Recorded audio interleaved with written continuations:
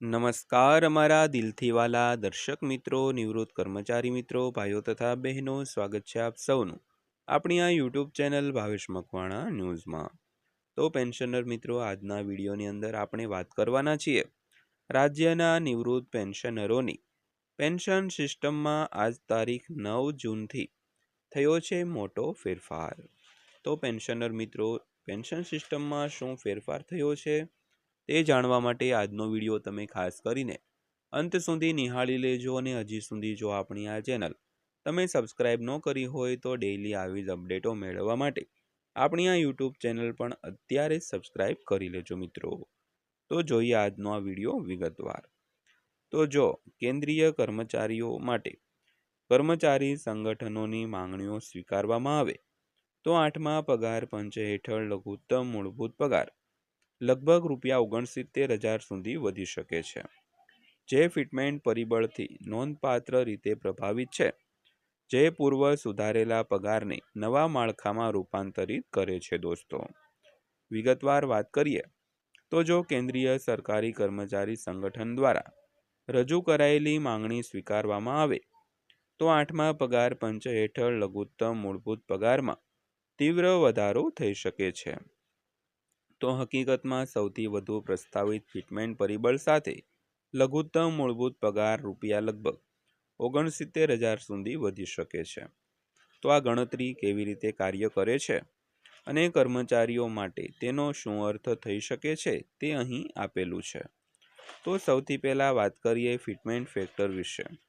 તો fitment factor એક ગાણિતિક ગુણક છે જેનો ઉપયોગ કેન્દ્રીય પગાર પંચ દ્વારા કર્મચારીઓના પૂર્વ સુધારેલા મૂળભૂત પગાર અથવા પેન્શનને નવા સુધારેલા મૂળભૂત પગાર માળખામાં રૂપાંતરિત કરવા માટે થાય છે। દોસ્તો, ત્યારબાદ કેલ્ક્યુલેટરનો ઉપયોગ કેવી રીતે થાય છે તેની વાત કરીએ તો ફિટમેન્ટ ફેક્ટર કેલ્ક્યુલેટરને અનુસરવું ખૂબ જ મહત્વપૂર્ણ છે, કારણ કે ગુણકમાં કોઈ પણ ફેરફાર પગાર, પેન્શન ઇન્ક્રીમેન્ટ અને સંબંધિત બાકી રકમને સીધી જ અસર કરે છે। દોસ્તો, ત્યારબાદ જોઈએ તો 7મા પગાર પંચ દ્વારા ફિટમેન્ટ ફેક્ટરનો ઉપયોગ શું હતો। તો અગાઉ 7મા પગાર પંચે આ ફિટમેન્ટ ફેક્ટર 2.57 નક્કી કર્યો હતો, જેને કારણે લઘુત્તમ મૂળભૂત પગાર ₹7,000 થી વધારીને ₹18,000 છે તે કરવામાં આવ્યો હતો। તો 7મા પગાર પંચમાં જે 2.57નું ફિટમેન્ટ ફેક્ટર લાગુ કરવામાં આવ્યું હતું, તો તેને લીધે પગારમાં ખૂબ સારો એવો વધારો થયો હતો અને અગાઉ જે ₹7,000 પગાર હતો તે વધીને સીધો ₹18,000 કરવામાં આવ્યો હતો। ત્યારબાદ જોઈએ તો 8મું પગાર પંચ કોણે કેટલા ફિટમેન્ટ ફેક્ટરનો દાવો કર્યો છે। તો 8મા પગાર પંચની ચર્ચા ઝડપથી વધી રહી છે, ત્યારે વિવિધ કર્મચારી સંગઠનો અને સંગઠનોએ ફિટમેન્ટ ફેક્ટર અંગે વિવિધ માંગણીઓ રજૂ કરી છે। તો પ્રસ્તાવિત ફિટમેન્ટ ફેક્ટર 1.92ના ન્યૂનતમથી 3.83ના ઉચ્ચતમ સ્તર સુધીના છે।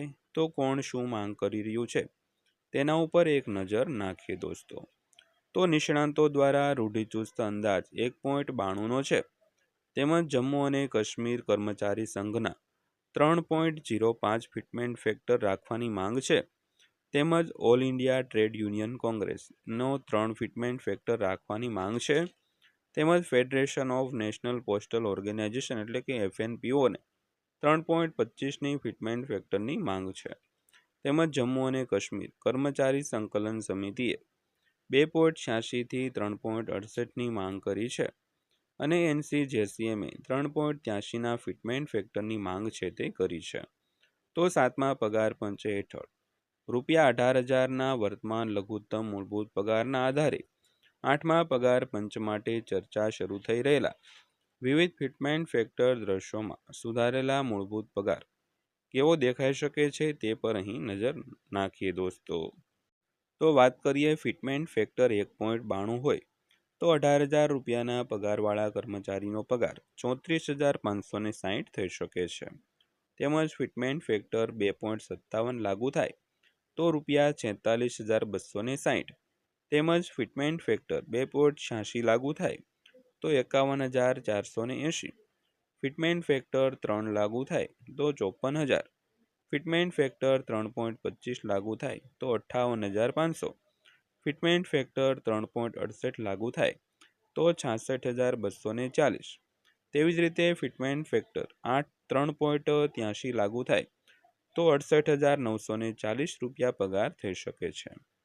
તેથી જો સરકાર 7મા પગાર પંચના 2.57ના ફિટમેન્ટ ફેક્ટરને જાળવી રાખે છે તો સૌથી ઓછા પગાર મેળવતા કેન્દ્રીય કર્મચારીઓનો લઘુત્તમ મૂળભૂત પગાર રૂપિયા 18,000થી વધીને લગભગ રૂપિયા 46,260 થઈ શકે છે.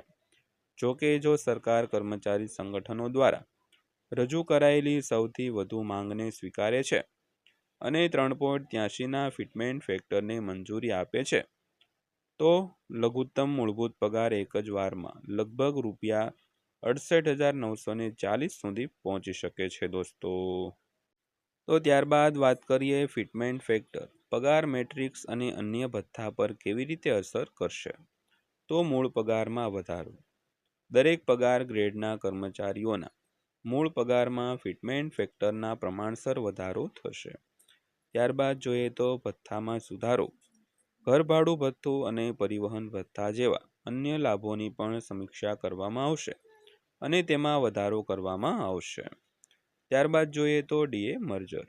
સામાન્ય રીતે નવા પગાર પંચની રજૂઆત સમયે હાલના મોંઘવારી ભથ્થાને મૂળ પગારમાં ઉમેરવામાં આવે છે અને ત્યારથી ડીએની નવેસરથી ગણતરી કરવામાં આવે છે દોસ્તો. તો દોસ્તો આ આજની માહિતી પસંદ આવી હોય, વિડીયો સારો લાગ્યો હોય તો વિડીયોને એક લાઇક કરજો અને આવા જ વિડીયો રોજે રોજ જોવા માટે આપણી આ ચેનલ સબસ્ક્રાઈબ કરી લેજો. તો ફરીવાર પાછા મળીશું એક નવા વિડીયો સાથે, નવી માહિતી સાથે. ત્યાં સુધી સૌને જય હિન્દ, વંદે માતરમ.